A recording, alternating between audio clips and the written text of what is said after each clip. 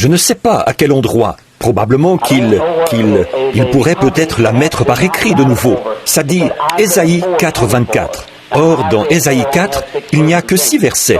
Alors, je ne sais pas si vous vouliez dire Ésaïe 5, 24.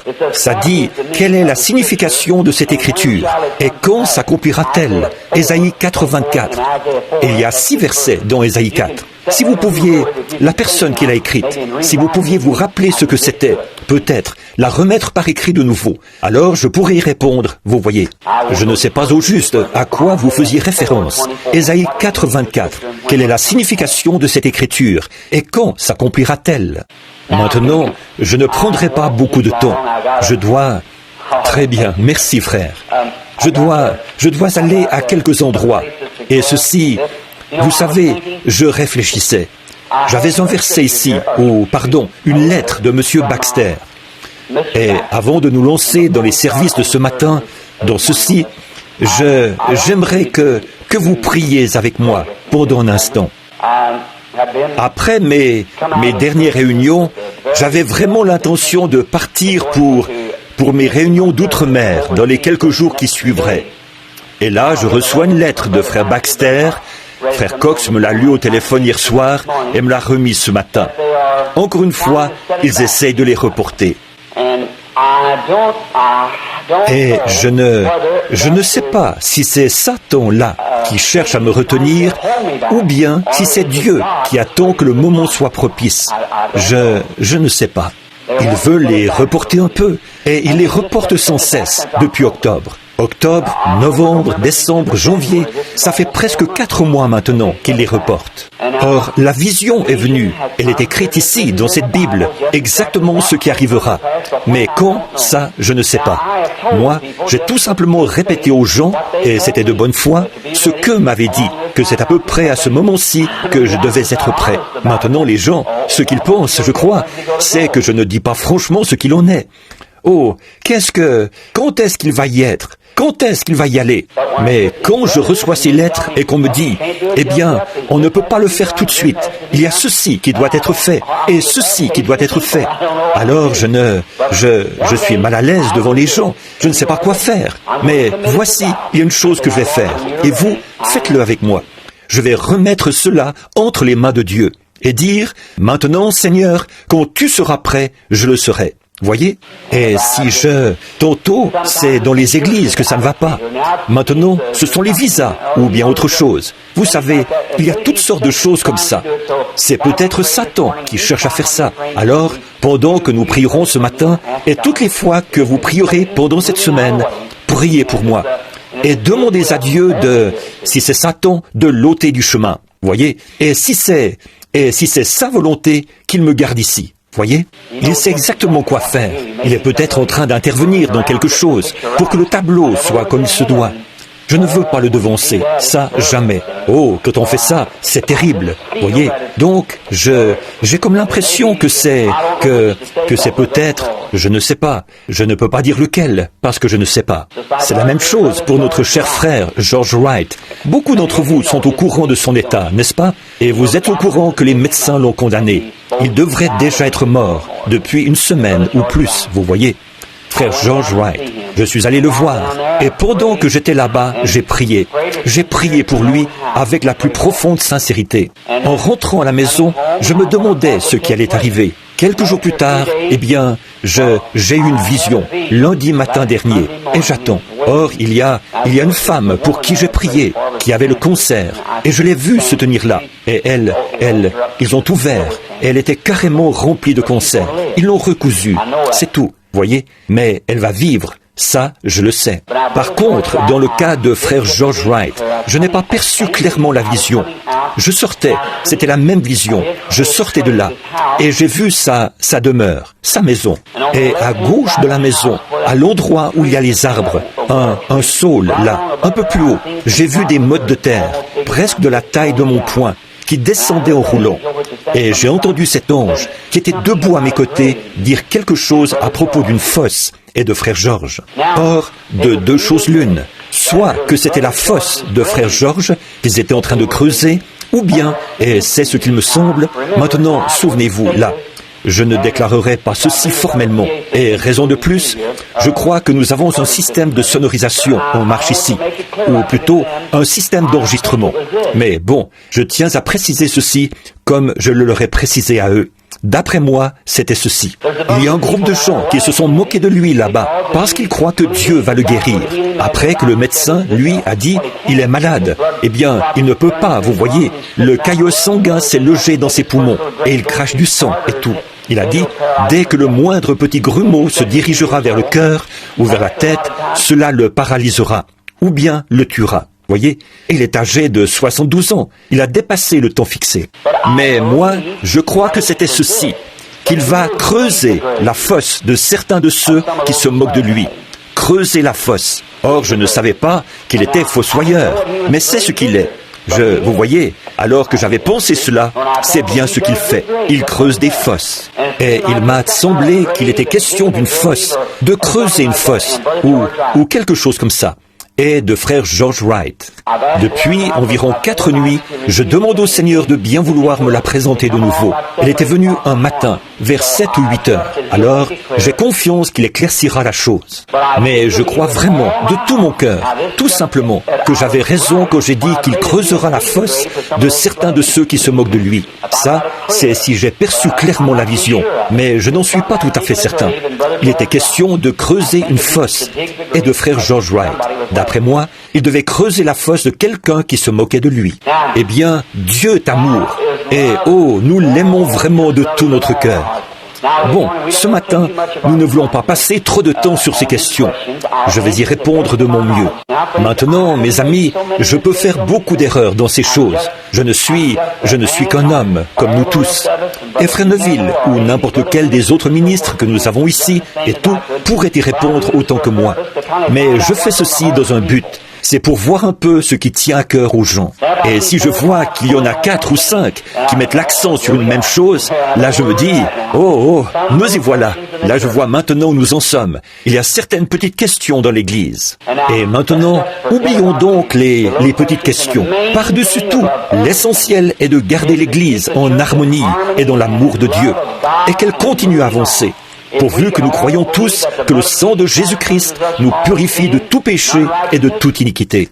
Si la femme qui est assise à côté de vous, ou l'homme qui est assis à côté de vous, s'il ne croit pas que Jésus va vraiment revenir sous une forme visible, accordons-nous, allons de l'avant quand même. Nous ne sommes pas d'accord avec lui sur l'Écriture, mais faisons avancer l'Église, faisons régner l'harmonie, parce que c'est comme ça que nous atteindrons d'autres personnes.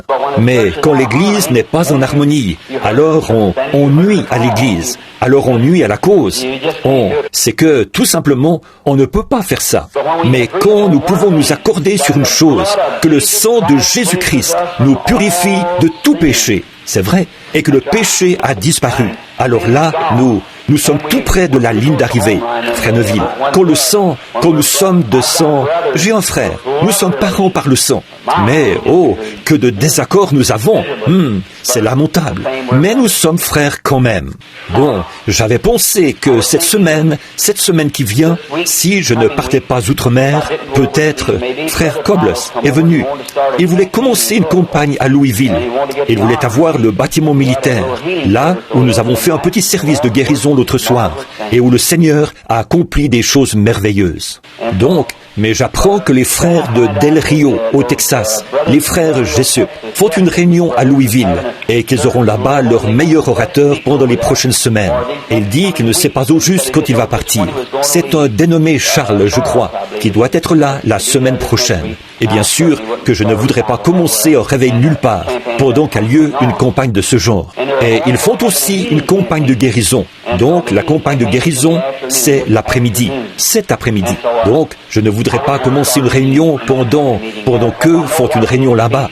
Parce que je sais ce que c'est que de se trouver quelque part et que là, oh, vous savez, pendant que je fais une réunion, quelqu'un qui arrive tout à coup et qui commence une petite réunion comme ça ne donne vraiment pas bonne impression. C'est assez déplacé, vous savez. Alors, nous attendrons un peu. Peut-être le Seigneur nous viendra en aide. Il nous viendra en aide de toute façon. Alors, croyons, tenons ferme et soyons fidèles à Dieu. Maintenant, prions. Père Céleste, fais briller sur nous tes bénédictions maintenant, alors que je m'avance pour répondre à ces questions. Ô Dieu, voilà, il y en a quelques-unes ici que je n'ai même pas encore regardées, et seulement 2 ou 3 que je viens de lire il y a quelques instants. Je te prie, Père, de me venir en aide et de me donner la sagesse et l'intelligence afin que je ne dise que ce qui est juste. Accorde-le, Père. Puisses-tu me revêtir de ta sagesse et puisse le Saint-Esprit descendre à l'instant et accorder la sagesse nécessaire. Bénis-nous tous aujourd'hui, Seigneur, ce petit groupe du tabernacle ici. Bénis notre très cher frère Neville, ici, Père, qui travaille en poussant à la roue comme pasteur ici, dans le pâturage, qui essaie de conduire les brebis vers l'herbe verte et vers les champs de trèfle, de les conduire dans l'eau et de les ramener à l'ombre des feuillus, et qui prend soin de celles qui sont malades et de celles qui ont des besoins, et les petites brebis qui sont infirmes et celles qui sont abattues. Il essaie de les soigner et de les amener à être de vraies brebis. Ô Père, je te prie de le bénir. Donne-lui la sagesse, la connaissance et l'intelligence. Et aide-nous tous maintenant, Père, et nous te donnerons la louange. Au nom de Jésus. Amen. Maintenant, quelques-unes des questions. Je vais les sortir. Je les avais glissées dans les différents endroits de l'Écriture, les passages sur lesquels elles portaient. Et maintenant, nous allons commencer à répondre à quelques-unes. Et nous allons y répondre l'une après l'autre, jusqu'à ce que nous en ayons pris le plus grand nombre possible. Et je crois que nous pourrons les prendre toutes. Et je vais me surveiller un peu là, pour que nous puissions sortir tôt. La première chose, ce n'est qu'une question, une simple question. J'ai été baptisé à l'âge de 13 ans. Devrais-je me faire rebaptiser? Maintenant, voilà une belle petite question à poser. Eh bien, mon ami, je laisse toujours à la personne le soin de décider de cela. Souvenez-vous, je ne sais pas, il n'y en a qu'une dont je sais qu'il a écrite. C'est celle que j'ai ici. L'homme me l'a remise lui-même. Et quelqu'un m'a posé une question là-bas, au fond, à laquelle il serait bon que je réponde. Mais cette personne ne l'a pas mise par écrit. Je lui ai dit que s'il me restait assez de temps, après avoir pris celle-là, j'y répondrais. Mais maintenant, celle-ci. Est-ce que j'ai été baptisé à 13 ans. Dois-je me faire rebaptiser? Si vous avez toujours été chrétien depuis l'âge de 13 ans, un croyant en Christ, eh bien, à votre place, je resterai simplement comme je suis. Je ne me ferai pas, si Dieu vous a béni, que depuis, il vous a donné le Saint-Esprit. Le baptême n'est qu'une forme extérieure, dont le but est de montrer au monde, ou à l'assemblée dont vous faites partie à ce moment-là, que vous, en présence de témoins, vous démontrez ainsi que vous avez cru que Dieu a envoyé son Fils, que celui-ci est mort et qu'il est ressuscité le 3e jour. Et vous avez été ensevelis en lui et vous êtes ressuscités pour marcher en nouveauté de vie. Et ces mêmes personnes qui vous regardaient au moment où vous avez été baptisés, elles vous rencontreront au jugement. Voyez? Et puis, chemin faisant, si quelqu'un, un inconnu, dit « L'avez-vous été ?» « Oui, j'ai été baptisé avec en la mort et l'ensevelissement de mon Seigneur. » Vous voyez? Je pense que le baptême, je dis que oui, c'est quelque chose d'essentiel. Je ne dirais pas que ce n'est pas essentiel, mais oui, c'est quelque chose d'essentiel, puisque c'est que chaque commandement de Dieu est quelque chose d'essentiel. N'êtes-vous pas de cet avis? C'est essentiel. Il faut que nous soyons baptisés. Jésus a déclaré ceci dans Matthieu ou dans Marc 16. Il a dit « Allez par tout le monde et prêchez l'Évangile. Celui qui croira et qui sera baptisé sera sauvé. » Et quand il parlait à Nicodème, il a dit « Si un homme ne naît d'eau et d'esprit, il n'entrera point. » Voyez, il faut être baptisé. Je crois qu'il faut être immergé par le baptême au nom du Seigneur Jésus-Christ et ressusciter ensuite en nouveauté de vie, marcher selon les commandements de Dieu. Mais direz-vous, frère Bill, est-ce qu'il vous est déjà arrivé de rebaptiser quelqu'un qui avait déjà été baptisé quand il était petit et qui se faisait rebaptiser? Bien des fois, il y a un passage dans l'Apocalypse, au chapitre 2, où il s'adresse à l'Église en ces mots. « Repens-toi et pratique de nouveau tes premières œuvres. » Eh bien, des gens interprètent cette écriture en déclarant que ça veut dire qu'il faut retourner faire la même chose de nouveau. Eh bien, si vous remarquez, mon cher ami chrétien, or, je ne suis pas contre, vous voyez. En effet, notre baptistère est rempli, nous sommes prêts à baptiser toute personne qui désire être baptisée, n'importe quand. Mais nous ne sommes pas contre. Si vous désirez être baptisé, si c'est quelque chose qui vous empêche d'avancer et que vous avez le sentiment que vous devez le faire, allez-y, faites-le. C'est exact. Allez-y, faites-le. Ne laissez rien vous empêcher d'avancer. Écartez tous les obstacles de votre chemin. Si, par exemple, il y a des années en arrière, vous avez dérobé quelque chose et que vous avez le sentiment que vous devez aller réparer ça, allez réparer ça. Peu importe de quoi il s'agit, gardez votre chemin libre de tout obstacle. C'est que vous allez vous retrouver confronté à cette chose-là et vous ne pourrez plus avancer tant que vous n'aurez pas écarté ça de votre chemin. Vous voyez ? Vous devez vraiment rejeter tout fardeau et la chose qui vous enveloppe si facilement. Si vous voulez vous faire rebaptiser, allez-y. C'est ce qu'il faut faire. J'ai rebaptisé bien des personnes. Par contre, ce passage de l'Écriture auquel vous vous reportez, celui-là ne s'adressait pas à un individu. Il s'adressait à une église. Vous voyez, l'église. Ce que ces gens avaient fait, ils avaient perdu leur premier amour. Vous voyez, la vraie crème qu'ils avaient au début. Et il a dit, si tu ne te repens et ne pratiques ces premières œuvres de nouveau, retournez au point de départ et retrouvez cela. Il s'adresse à l'Église. Si tu ne te repens et ne retournes au commencement, eh bien, il allait ôter le chandelier. Ainsi, si vous voulez être baptisé et que vous avez déjà été baptisé à l'âge de 13 ans ou quel que soit l'âge, eh bien, faites-vous baptiser là, si c'est quelque chose qui vous empêche d'avancer. Mais de vous déclarer, écriture à l'appui, que vous devez vous faire rebaptiser. Pour ça, je ne dispose que d'un moyen de le faire par l'écriture, de pouvoir vous annoncer que des gens se sont fait rebaptiser. Il y a seulement un passage dans toute la Bible où des gens se sont fait rebaptiser. Et c'étaient les gens qui avaient été baptisés par Jean-Baptiste, avant la venue du Saint-Esprit. Paul, dans Actes 19, 5, leur a déclaré qu'ils devaient se faire rebaptiser au nom de Jésus-Christ, afin de recevoir le Saint-Esprit. Voyez ? Or, il n'est pas nécessaire d'avoir été baptisé pour recevoir le Saint-Esprit, parce qu'on peut recevoir le Saint-Esprit dès qu'on a le cœur droit. Voyez ? En effet, dans Acte 2, Pierre a formulé ceci. Repentez-vous et soyez baptisés au nom de Jésus-Christ et vous recevrez le don du Saint-Esprit. Mais là, dans Acte 10, 49, voilà que Dieu donne le baptême du Saint-Esprit aux gens des nations, avant même qu'ils aient été baptisés. Voyez, donc, vous voyez, ce qui compte, c'est l'état de votre cœur.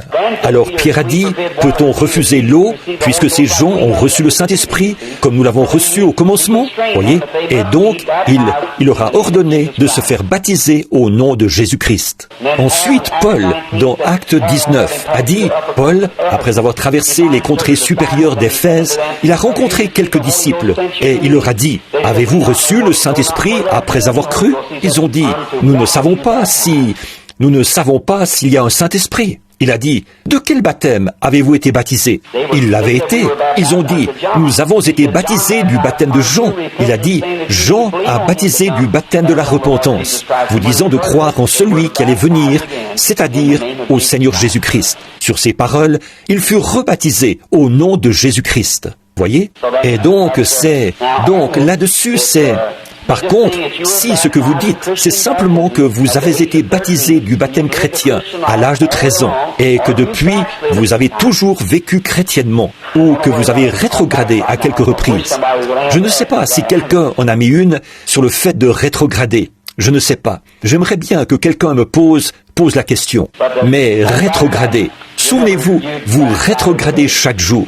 Il n'y a pas moyen d'éviter ça. Bien.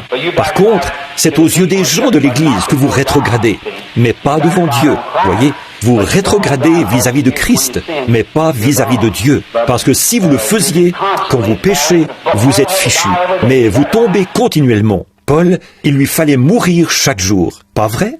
Il lui fallait mourir chaque jour, se repentir chaque jour.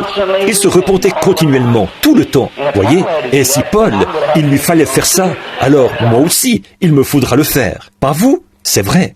Alors mais si vous avez été racheté et que vous avez le sentiment que le sang de Jésus-Christ vous a purifié du péché, alors et que vous avez vécu chrétiennement, je ne pense pas que ce soit nécessaire. Mais si vous y tenez, très bien. Alors pas de problème, nous le ferons volontiers. Maintenant, voici une petite note que quelqu'un m'a donnée là-bas. Dans quelle situation sera l'Église quand l'Évangile retournera vers les Juifs? Or, la personne qui m'a donné ça faisait référence à Luc. Il m'a dit, ce frère, qu'il faisait référence au passage où il est dit que les nations allaient fouler aux pieds les murailles de Jérusalem jusqu'à ce que la dispensation des nations soit terminée. Ça se trouve dans Luc 21-24. Maintenant, écoutez attentivement. Ceci va peut-être fournir la réponse. Très belle question. Formidable. Lorsque vous verrez Jérusalem encerclée par des armées, sachez alors que sa désolation est proche. Maintenant, saisissons bien ceci, là. Sa désolation est proche lorsque vous verrez Jérusalem encerclée par des armées. Or, il y a eu beaucoup de confusion là-dessus, parmi les gens Mais abordons la question en confrontant le point de vue historique avec la Bible. Bon, les frères adventistes du 7e jour, ils croient que Jérusalem sera de nouveau encerclée par des armées. Eh bien, c'est peut-être vrai, parce que souvent l'écriture a plus d'un sens. Combien savent que l'écriture a plus d'un sens? Chacune de ces prophéties. Bien sûr que oui. Oui, monsieur. Elle annoncera quelque chose avec un sens très précis pour telle époque. Et par la suite, cela se répétera quelque part par ici. Vous voyez? Par exemple, je vais en citer un exemple, si je peux en trouver un en vitesse. Oh oui, en voici un. Dans Matthieu 2, il est dit: et Jésus fut appelé hors d'Égypte, afin que s'accomplisse ce qui avait été annoncé par le prophète. J'ai appelé mon fils hors d'Égypte. Or, cette prophétie qui avait été citée là-bas par le prophète faisait précisément référence à Israël, qui était le fils de Dieu, qu'il avait appelé hors d'Égypte. C'est exact, dans la Genèse, dans l'Exode. Mais elle faisait référence à cela. Mais elle s'est répétée. Or, Israël était le fils de Dieu. Vous savez ça. Il a dit à Pharaon, à cause de ce qu'il avait fait à son fils, qu'il ôterait la vie, parce qu'il n'avait pas voulu laisser partir son fils. Alors Pharaon, Dieu a repris à Pharaon son fils, ou l'ange de la mort, cette nuit-là. Donc, il y a là plus d'un sens. Et ainsi, Jérusalem a été encerclée par des armées. Mais au sens littéral, historique, c'est arrivé vers l'an 96 de notre ère, au moment où Titus a assiégé Jérusalem. Mais maintenant, soyez très attentifs. Vous allez voir que c'est différent. Or, je crois que Jérusalem sera de nouveau encerclée par des armées, au temps de la fin. Mais je crois qu'ici, la comparaison portait sur le moment où Titus l'a assiégé, la désolation de Jérusalem. Or, la désolation dont il a été parlé, du temps de Daniel, le prophète, établi en lieu saint. Remarquez, il a dit, lorsque vous verrez l'abomination qui cause la désolation établie en lieu saint. Vous voyez, l'abomination. Une abomination, c'est impur, qui cause la désolation. Désoler, c'est supprimer, c'est détruire.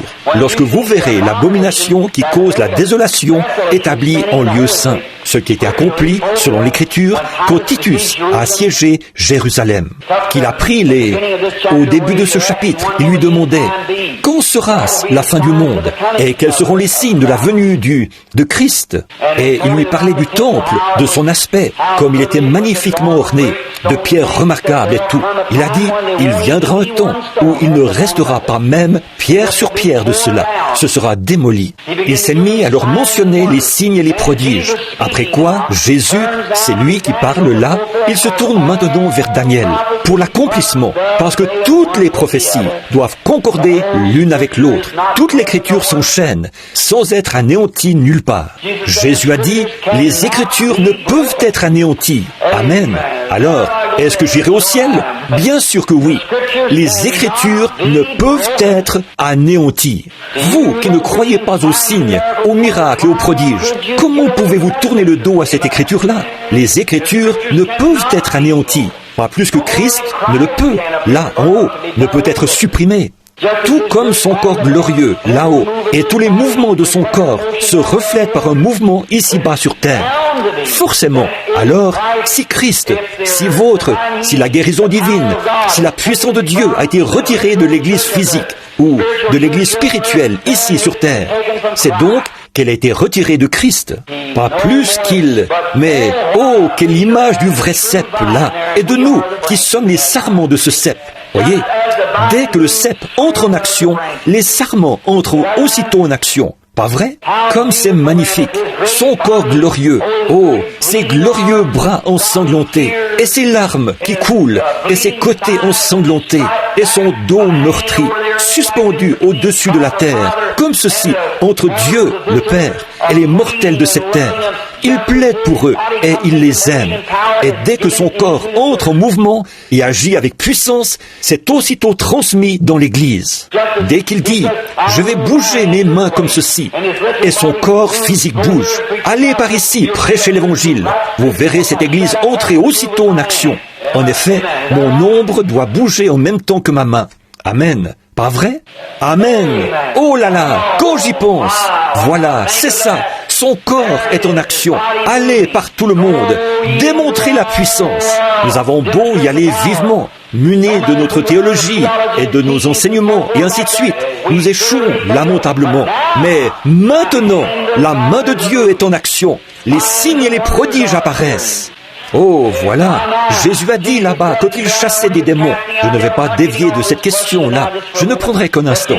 Mais Jésus a dit, quand il chassait des démons, il a dit, vos fils, par qui les chasse-t-il? Si c'est par le doigt de Dieu que je chasse les démons, vos fils, par qui les chasse-t-il? Si vous avez un meilleur procédé, montrez-nous ça. Voyez? Si c'est par le doigt de Dieu que je... Amen. Pensez-y, le doigt de Dieu. Il y a là Dieu au-dessus de Christ. Christ au-dessus de l'Église. Il y a là Dieu le Père qui dit telle et telle chose. Alors Dieu le Fils bouge sa main et l'ombre la suit. Si c'est par le doigt de Dieu que je chasse les démons, vos fils, par qui les chasse-t-il? Regardez, je veux que vous remarquiez. Oh, peu importe la gravité de la maladie ou de l'affliction que le diable peut vous infliger, tout ce qu'il faut pour déplacer ça, c'est son doigt. Oh là là! Regardez ces grandes épaules puissantes, ces bras puissants et ces muscles puissants. Son doigt suffit à déplacer toutes les maladies et à chasser les démons. Qu'il est petit le diable! Alors, il n'a qu'à l'écarter avec son doigt. Si c'est par le doigt de Dieu que je... Maintenant, je vais vous montrer un peu l'amour de Dieu. Par contre, quand une brebis s'était égarée, il ne se servait pas de son doigt, il la mettait sur ses épaules. Et il se servait de tout son corps, de ses mains. Il mettait la brebis sur ses épaules. La partie la plus robuste, la plus puissante de l'homme, ce sont ses épaules et son dos. Vous le savez, c'est là que tous les muscles de ses bras, que ses muscles se mettent en mouvement. Et là, il prend dans ses bras la brebis, il la met sur ses épaules, et le voilà qui vient. Ce n'est pas par son doigt, comme pour chasser une espèce de petit démon.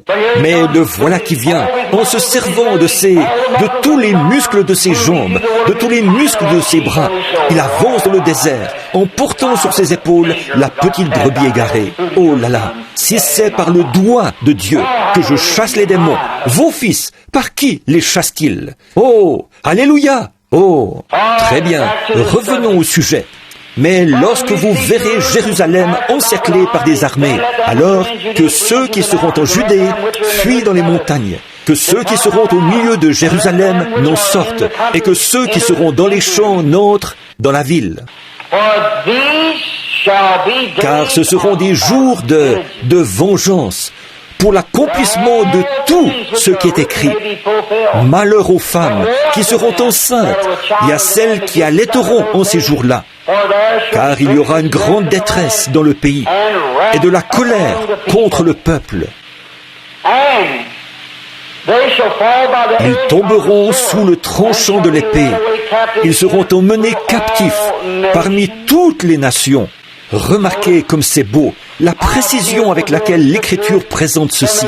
D'abord, sous le tranchant de l'épée. Cette dernière, elle, ce sera sous la bombe atomique. Voyez? Mais celle-ci, c'est sous le tranchant de l'épée. Et les Juifs allaient être emmenés captifs dans toutes les nations. Cela n'arrivera jamais plus. Ils seront rassemblés en Palestine pour la dernière fois. Voyez, ceci fait référence à des jours qui sont déjà passés. Et c'est tout à fait conforme à l'histoire. C'est exactement ce qui est arrivé. Ils ont été chassés dans toutes les nations. Dans toutes les nations qu'il y a sous le ciel, aujourd'hui, on trouve des Juifs. Oh, dans toutes les nations. On va en Chine, on y trouve des Juifs. On va en Russie, on y trouve des Juifs. On va dans les petites îles, on y trouve des Juifs. Ils ont été dispersés parmi toutes les nations. Qu'est-ce que c'est? La prophétie de Dieu. C'est Dieu qui l'a voulu. Et les Juifs, ce sont des points de repère. Frères, quand vous les voyez, je sais qu'ils sont aveugles, qu'ils sont égarés, trompeurs et tout, mais c'est Dieu qui les a égarés, afin que vous et moi, nous puissions recevoir la vue. C'est vrai. Par contre, je dirais ceci, sous l'esprit de prophétie, par la Bible, que l'heure où les Juifs rentreront chez eux est proche. Oui, monsieur. Il a endurci le cœur d'Hitler, les a chassés de l'Allemagne. Il a endurci le cœur de Mussolini, les a chassés de la Russie. Il les chasse de tous les endroits, comme il l'avait fait à l'époque où il les a fait sortir. Et puis, quand ils sont arrivés dans le désert, là, au moment où ils allaient traverser, qu'est-ce qui s'est produit? Dieu a châtié le pays par de grandes plaies et tout, et il le fera de nouveau par ses deux serviteurs, les deux oliviers d'Ézéchiel, et aussi d'Apocalypse 11. Il produira de nouveau ces signes et ces prodiges. Regardez ces deux témoins d'Apocalypse 11.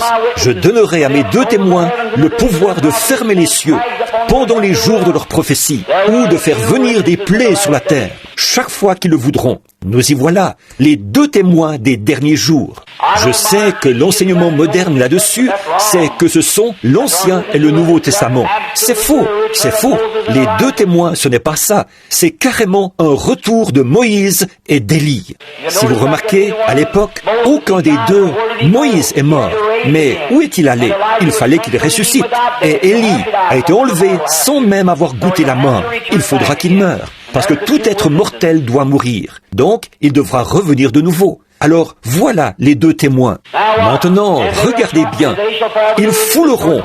Ils tomberont sous le tranchant de l'épée. Verset 24. De l'épée, tous seront emmenés captifs parmi toutes les nations.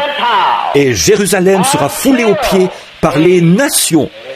Jusqu'à ce que, amen, jusqu'à ce que le temps des nations soit accompli. C'est bouleversant, n'est-ce pas, de savoir que nous avons un temps limité. Dieu l'a dit.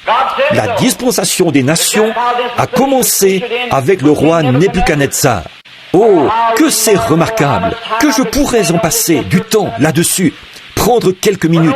Mais remarquez, tout le monde veut sa question. Seulement, pendant que nous touchons à ce sujet, réfléchissons-y. C'est un sujet très essentiel en ce moment même. Regardez, Dieu a conduit ce peuple, les Juifs. Ils n'ont jamais été une nation, ils n'étaient qu'un peuple, et ils n'ont jamais été une église organisée. Ils n'étaient que l'église qui avait été appelée à sortir. Il n'y a jamais eu d'organisation parmi les Juifs. Ils ont toujours été conduits par Dieu. Alors, quand, sur le plan politique, national, ils ont voulu avoir un roi, Dieu leur a donné un roi. Et ça n'a jamais marché. C'est Dieu qui est le roi. C'est Dieu qui est notre roi. C'est vrai, c'est Dieu qui est le roi de l'Église. Maintenant, remarquez, alors, quand ils ont été emmenés captifs, emportés à Babylone, parce qu'ils avaient cherché à imiter les nations du monde, quelle belle image aujourd'hui de l'Église qui cherche à imiter le monde, là-bas, et qui est emportée par le mode de vie de celui-ci. L'Église vit exactement comme le monde, se conduit, agit exactement comme le monde et tout, alors qu'elle prétend être l'Église. Vous ne pouvez pas faire ça. Non, monsieur. Votre vie démontre ce que vous êtes. Ce que vous êtes, comme je l'ai dit au début, ce que vous êtes ailleurs, c'est ce que vous reflétez ici. Ce que vous êtes, ce que votre corps céleste ou votre corps terrestre est là-bas. Ce que votre corps céleste est ailleurs, c'est ce que vous reflétez ici, dans le pays des esprits. Ce que vous êtes, C'est ce que vous êtes ici. Si vous avez encore des pensées vulgaires et ce genre de choses dans le pays des esprits, vous avez des pensées vulgaires ici. Si vous avez encore de la méchanceté, de l'envie et des querelles, que vous avez ça dans le pays des esprits, ça se reflète ici. Mais si, jusqu'au plus profond de votre être, vous avez été nettoyé et purifié, ça montre que vous avez un corps là-bas qui attend, qui a été nettoyé et purifié. Et ça se répercute dans la chair. Vous le voyez, n'est-ce pas? Vous voyez, voilà, c'est ça. Si cette tente où nous habitons sur la terre est détruite, nous en avons une autre qui nous attend déjà. Voyez? Maintenant, en ce temps de la fin, là, ces comparaisons charnelles, ces imitations du christianisme, tout ce méli-mélo va aboutir dans une grande Babylone, tout comme c'était arrivé là-bas. Ils ont été emmenés captifs à Babylone. Pas vrai?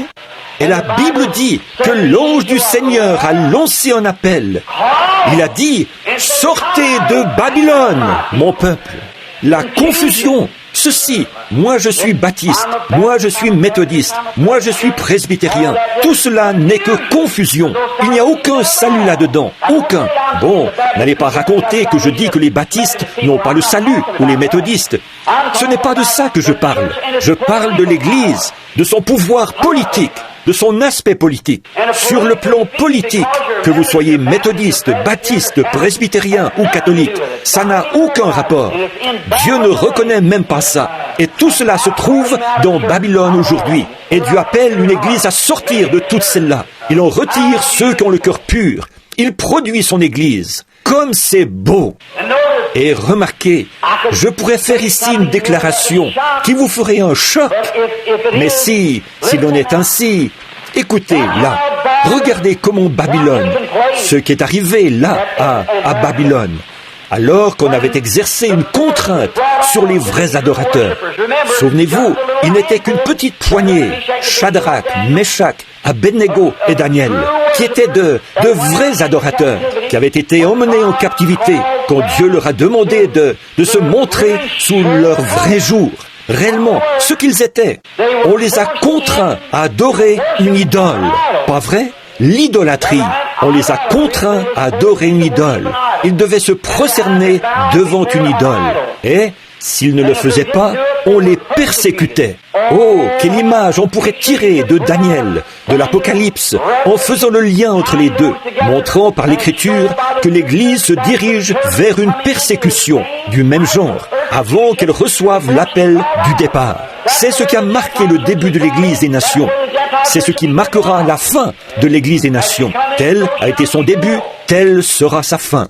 Et regardez comment il voyait cette image sculptée. Et maintenant, souvenez-vous, la statue. Bon, nous sommes chez nous. Ici, regardez. Je crois que la statue qu'a faite le roi Nebuchadnezzar était une image sculptée de Daniel, un homme saint. Si vous remarquez, le roi Nebuchadnezzar avait déjà donné à Daniel le nom. Il lui avait donné le nom de Belshazzar, qui était son idole. Et il en a fait une image sculptée. Et personne, après que Daniel a été jeté dans cette fosse aux lions et tout, il a dit que personne ne devait servir aucun autre Dieu. Rien d'autre que le Dieu de Daniel. C'était probablement l'image sculptée d'un homme saint, une grande statue, et tout le monde devait se prosterner devant cela. Mais l'Église, Shadrach, Meshach et Abednego, dont Daniel était le conducteur, comme Christ est le conducteur de l'Église, ils devaient se prosterner devant cette image sculptée et adorer l'image. Remarquez, et si vous remarquez, pendant cette période, Daniel est resté silencieux. Amen. Oh, j'espère que vous saisissez. Daniel est resté silencieux. Il les a laissés. Ils devaient faire leur propre choix. En ce jour où s'éteindra la dispensation des nations, il y aura une image, et tout le monde devra se prosterner devant cette image et l'adorer. Si sainte soit-elle, on ne doit pas adorer une image, le culte des images. Maintenant, remarquez, oh là là, tout à la fin, Daniel intervient de nouveau. Comme c'est merveilleux. Ce soir-là, pendant le grand festin des concubines et tout, une écriture est apparue sur la muraille. Menez, Tekel ou Pharzin, sur la muraille. Et l'interprétation, personne n'a pu la donner. C'était écrit en langues inconnues. Personne n'a pu l'interpréter. Ils sont allés chercher leurs meilleurs érudits. Ceux-ci ont dit, nous ne savons pas. Ils sont allés chercher tous leurs devins et leurs astrologues. Nous ne savons pas. Nous n'en savons rien. Nous n'avons jamais vu un tel langage. Nous n'avons encore jamais rien entendu de pareil. Mais il y avait un homme.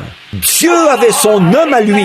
Daniel était là. Il a dit, allez le chercher. Il a dit, car l'Esprit de Dieu vit en lui.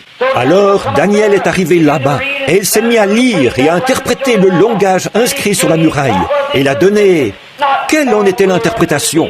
Non pas « Oh, sois béni au roi, vis à jamais », mais sans ménagement, crûment, un rejet catégorique de sa personne. Tu as été pesé dans la balance et trouvé léger. Regardez, c'est pareil. De même que le surnaturel a marqué le début du royaume des nations, de même le surnaturel en marque la fin de ce royaume des nations. Le surnaturel a marqué le début de ce royaume et le surnaturel marque la fin de celui-ci. Les murailles de Jérusalem seront foulées aux pieds. Ce seront les nations qui en auront la possession, jusqu'à ce que la dispensation des nations soit terminée. Ensuite, Dieu se tourne vers les Juifs. Amen. Oh là là. Oh, mes amis, j'aimerais que nous puissions bien approfondir cela. Pas vous, passer environ une semaine seulement sur ce sujet. Vous voyez, pour que nous puissions l'examiner à fond dans les Écritures. Observez, là, écoutez bien. Maintenant, ce qu'il a dit, Jérusalem sera foulée aux pieds par les nations jusqu'à ce que le temps des nations soit terminé. Le siège de Titus, qui est alors arrivé et s'est emparé de Jérusalem. Il a dit, or, vous avez entendu parler de l'abomination qui cause la désolation. Oui, eh bien, c'est ce qui marque le début des nations. Oui, nous comprenons cela, ont dit les disciples. Bon, les nations, c'est eux qui gouvernent en ce moment. Bien sûr, Jérusalem gouvernée par les nations à cette époque-là? Oui, monsieur, les Romains, c'était encore eux qui gouvernaient à Jérusalem. Et cela avait débuté là-bas par l'abomination qui cause la désolation, dont Daniel avait parlé. Maintenant, il dit, ce temps est proche, car ils vont démolir ce temple et ériger la mosquée musulmane d'Omar, qui va se trouver au même endroit, ici. Les Mahométans, des gens des nations, elle va se trouver là. Les nations, ça veut dire les incroyants. Ça, ce n'était pas l'Église. C'était les nations, vous voyez, les incroyants. Donc, elle se trouvera là jusqu'à ce que la dispensation des nations soit terminée. Et alors, quand la dispensation des nations sera terminée, le grand prince doit tenir pour le peuple. C'est Christ au temps de la fin. Et il s'avança vers celui, dans Daniel, dont les cheveux étaient blancs comme de la laine, comme nous l'avons vu dans Apocalypse 1, vers l'ancien des temps. Et le jugement s'assit, et les livres furent ouverts.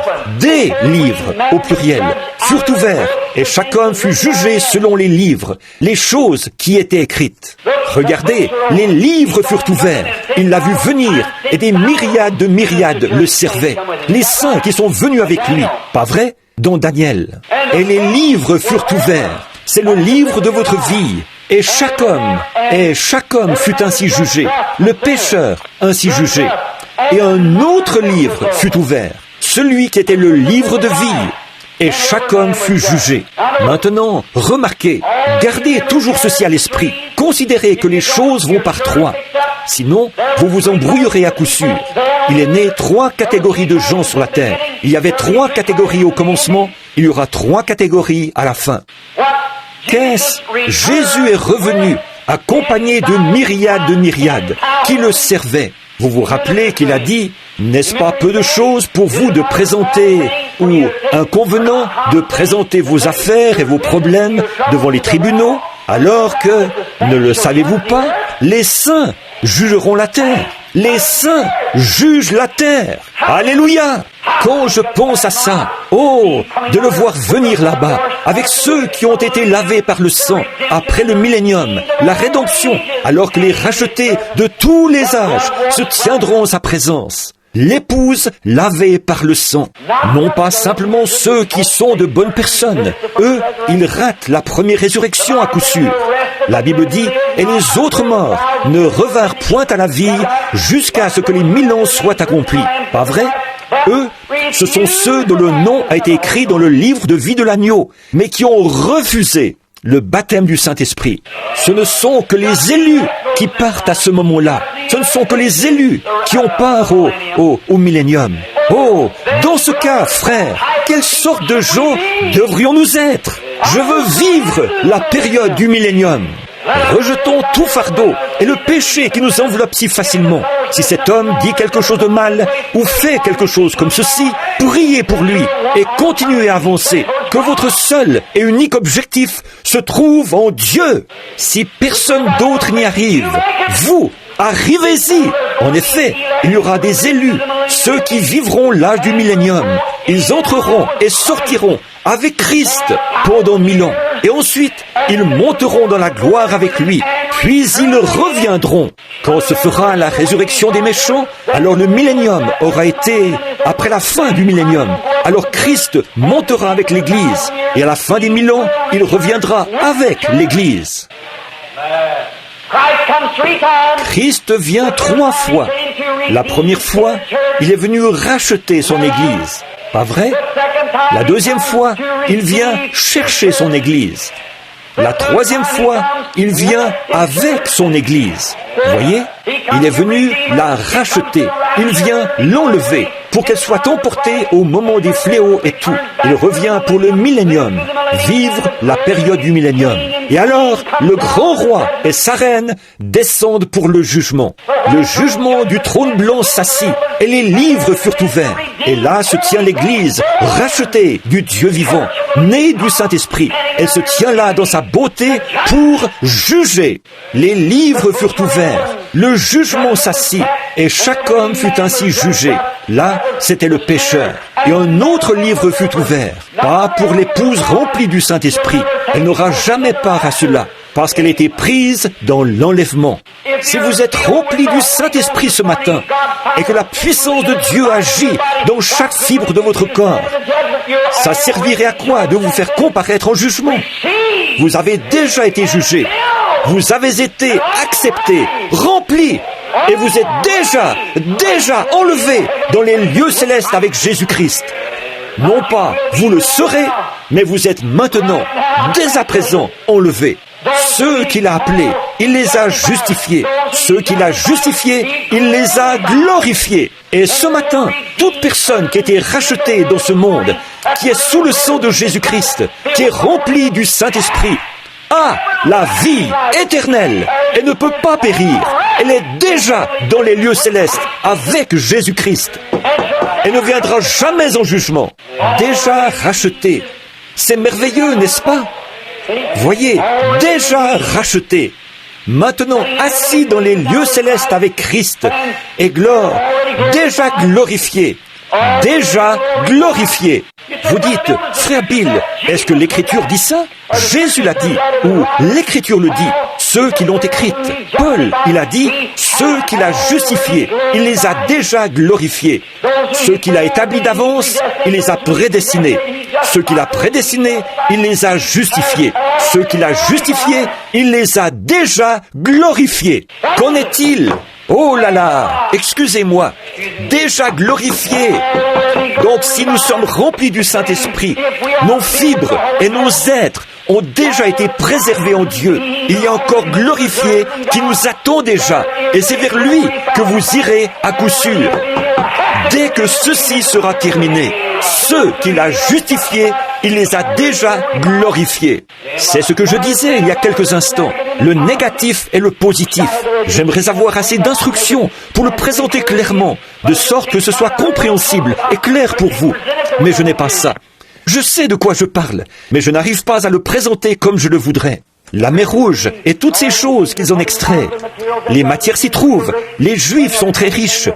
Et c'est cette même chose-là qui va contaminer leur camp de nouveau. Ah oui, elles se présenteront là-bas, les villes du monde. La Russie ira là-bas en se disant, il nous faut ça. Il y a là-bas de l'uranium et tout. Il faut aller chercher ça. Et lorsqu'ils iront là-bas, c'est là qu'il y aura le combat d'Armageddon. C'est alors que Dieu se tiendra là, dans la vallée, comme il l'avait fait, qu'il prendra la défense des enfants d'Israël et qu'il combattra de nouveau. Mais ces choses auront lieu jusqu'à ce que la dispensation des nations soit terminée. Et quand ce temps-là sera terminé, alors elle sera retranchée. Maintenant, à mon humble avis, chère personne qui avait posé cette question, voici, à mon humble avis, ce qu'il en est de ceci. Qui étaient les géants à cette époque-là? Bon, là, Joseph, évidemment, je sais que notre Église, vous êtes comme moi. Je suis une andouille qui n'a fait que des études primaires. Et je n'ai pas d'intérêt pour l'instruction et ces choses-là. À mon avis, c'est le plus grand obstacle que l'Évangile ait jamais rencontré. Mais tout de même, il m'arrive parfois de prendre un livre ou deux. Alors, dans mes rapports avec les gens comme moi, nous sommes tous pareils. Nous sommes simplement les gens du peuple. Et j'en suis vraiment reconnaissant. La Bible dit, les gens du peuple l'écoutaient avec plaisir. Il y avait les aristocrates, et puis une autre catégorie de gens. Mais les gens du peuple, juste les gens ordinaires comme nous. Les gens qui aiment Dieu, et qui ne possèdent pas beaucoup des biens de ce monde, qui ont leurs enfants et leurs familles. Nous aimons Dieu, et nous aimons aller à l'église. Nous donnons même les vêtements que nous portons pour son royaume. N'importe quoi, comme ça. Nous l'aimons. Nous sommes prêts à faire n'importe quoi. C'est ça les gens du peuple qui l'écoutaient. Et c'est encore pareil aujourd'hui. Les gens du peuple l'écoutaient avec plaisir. Bon, le riche, lui, il est trop occupé à penser aux choses de cette terre, vous voyez. Et le type avec qui, vraiment, il n'y a rien à faire, qui est dans le quartier des clochards, lui, il n'y prêtera aucune attention. Mais les gens du peuple, eux, ils l'écoutaient avec plaisir. Et maintenant, dans Joseph, ses écrits, il a dit, eh bien, voici l'interprétation qu'il a donnée de ces fils de Dieu, qui ont pris les filles des hommes. Il a dit que les esprits déchus qui étaient sur la terre, bon, vous savez, dans l'Apocalypse, au chapitre 11, ou au chapitre 7, non, pardon, au chapitre 12 de l'Apocalypse, la femme dans le soleil, le dragon rouge entoura de sa queue les 2/3 des étoiles et les jeta sur la terre. Nous savons bien que Satan, au commencement, a établi dans les régions du Nord un royaume qu'il voulait plus beau que celui de Michel. Et il y a eu, ensuite, il a déclaré la guerre dans le ciel. Et il a entraîné avec lui les 2/3 des êtres angéliques. Pas vrai? C'est pour cette raison que nous ne sommes qu'une minorité. Je veux dire le côté du petit nombre ce matin, dans les sphères du christianisme. Les gens qui sont nés du Saint-Esprit. En effet, ils sont la partie peu nombreuse. C'est vrai. Et si vous observez les esprits qui sont sortis dans la Genèse et qui ont commencé à s'élever, observez cette adoration de classe, de grande classe dans l'Église. Regardez-la se manifester là-bas, dans Caïn. Regardez-la aujourd'hui. Elle poursuit son chemin. Elle s'introduit ensuite dans les pharisiens. Ils sont 2 clans, les pharisiens et les sadducéens. Vous voyez, elle poursuit son chemin. Et regardez-la aujourd'hui, dans le catholicisme et les grands mouvements du genre. De grands lieux magnifiques. Eh bien, regardez Abel avec son petit agneau. Vous voyez, quelque chose de tout simple. Regardez comment c'était à l'époque de Jésus. Regardez comment c'était d'un bout à l'autre de l'Écriture, en suivant le fil. Voyez ce qu'il en est. Nous vivons maintenant dans ce jour, alors que Dieu a appelé son Église tout au long. Ce petit filet rouge, qui s'est trouvé là tout au long de la Bible, depuis le début. Les gens lavés par le sang. Remarquez, alors, ces fils de Dieu, à mon avis, bien sûr, je ne dis pas ça pour contredire, ou pour chercher à faire le malin, ou à dire que Joseph ne savait pas ce qu'il disait, mais il était un homme, comme moi. Quel qu'ait été son niveau d'érudition, il n'était qu'un homme. Et tout ce qu'il pouvait faire, c'était de faire des recherches dans les écrits anciens, et ainsi de suite, les vieilles reliques, et tout. Mais il n'avait pas plus que ce que nous avons aujourd'hui, le Saint-Esprit. Lui, il se laissait guider seulement par la pensée naturelle. Mais nous employons la pensée spirituelle pour considérer cela. Ces fils de Dieu, alors que c'étaient des êtres angéliques. Je crois que c'est ce qu'ils sont. Et je crois que... Bon, Joseph a dit la même chose, mais il a dit qu'ils s'étaient introduits par leur force, qu'ils étaient entrés par leur force dans des chairs humaines, et qu'ils avaient pris des fils, et qu'ils avaient pris les filles des hommes. Bon, nous sommes un auditoire mixte, nous sommes diversifiés ici ce matin, des hommes, des femmes, des petites filles et des petits garçons, et j'exprime ceci de façon que les adultes ne manquent pas de comprendre. Mais ce qu'il dit, c'est que quand ces êtres angéliques ont vu ce que c'était que désirer les femmes, la manière dont les hommes vivaient avec les femmes, alors ils se sont introduits par leur force dans des chairs humaines. Donc, ils ont pris les filles des hommes. Eh bien, je ne crois pas ça. Ce que je crois, c'est qu'ils sont nés là-bas, en Canaan. et qui sont nés du groupe de Caïn, qui est allé s'établir dans le pays de Nod. Il y avait sur lui une marque pour que personne ne le tue, à cause de son état de meurtre, d'avoir assassiné son frère. Mais si vous remarquez, même les Israélites ont trouvé là-bas de ces gens-là quand ils y sont allés. Ils étaient tellement grands qu'il a dit « Nous sommes comme des sauterelles à côté d'eux ». Pas vrai? Des centaines et des centaines d'années plus tard, c'était vraiment des colosses, de grands gaillards. Et parfois, effectivement, on déterre leurs cadavres et on découvre que c'était des hommes imposants. Maintenant, d'après moi, d'où c'est venu? Maintenant, voici un échantillon de ma doctrine à moi. Ici, il n'y a que les gens de l'Église, vous voyez. Moi, je pense que Caïn était le fils de Satan. Je sais que vous n'êtes pas d'accord là-dessus, mais ma propre Église ne l'est pas. Mais malgré tout, tant que Dieu ne me montrera pas qu'il en est autrement, je continuerai à croire la même chose. Vous voyez, que c'était le fils de Satan. En effet, je ne vois pas comment cet esprit impie, meurtrier, aurait pu sortir de Dieu. Non, monsieur, il fallait qu'il vienne de son père. Et son père c'est quand Satan est venu sur le serpent. Et le serpent n'était pas un reptile. C'est la malédiction qui a fait de lui un reptile. Il était exactement comme un homme. Il marchait debout. Et il est allé avec cette femme, là-bas. Et elle a commis cet adultère, par lequel elle a enfanté son premier fils, qui était Caïn, qui avait la nature de son père. Et je crois que cette bête imposante se tenait debout comme un homme. Il marchait debout. Et c'est de là que sont venus ces grands géants. Oui, exactement. Ça, c'est mon opinion à moi. Et je pourrais avoir tort. C'est mon opinion à moi, vous voyez. Mais c'était des hommes imposants.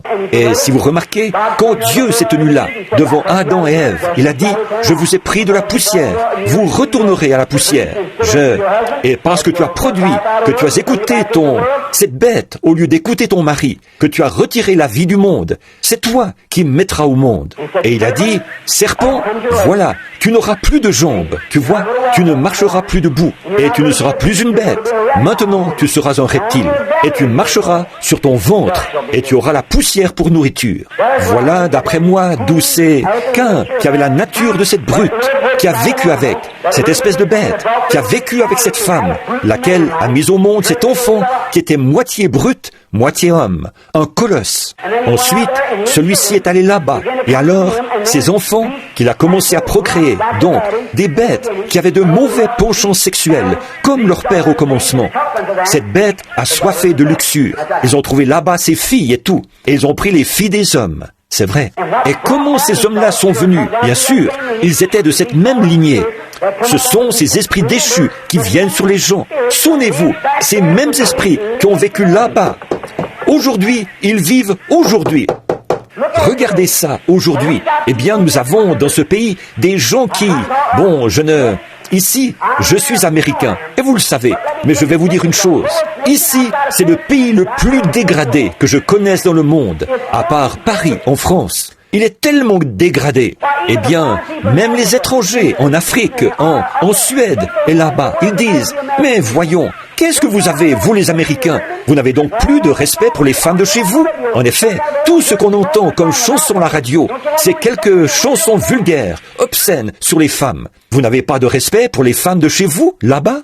Toutes nos chansons, c'est sur les femmes, le sexe et la luxure, et ce genre de choses-là. C'est parce que le diable s'est emparé de ça. C'est tout à fait exact. Hollywood, la télévision et tout, sortent ces choses vulgaires et impies.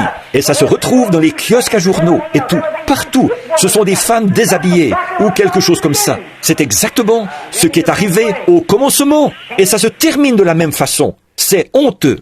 Et la colonne vertébrale de toute nation, ce sont les femmes, pour ce qui est de la moralité. Qu'on détériore la maternité et on aura détérioré la nation. Aujourd'hui, nous en sommes au point où les femmes de chez nous, elles fument la cigarette et tout. Elles boivent du whisky, elles font n'importe quoi. C'est honteux.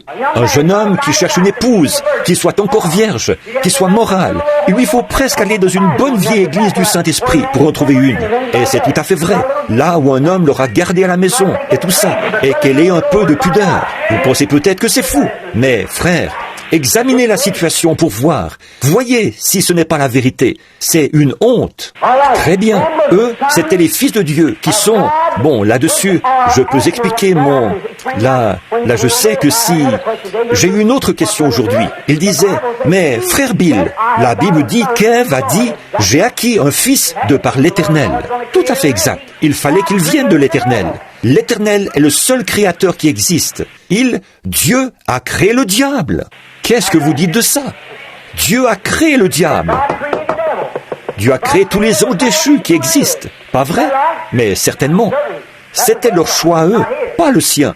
Il vous a créé. Mais vous, qu'est-ce que vous faites?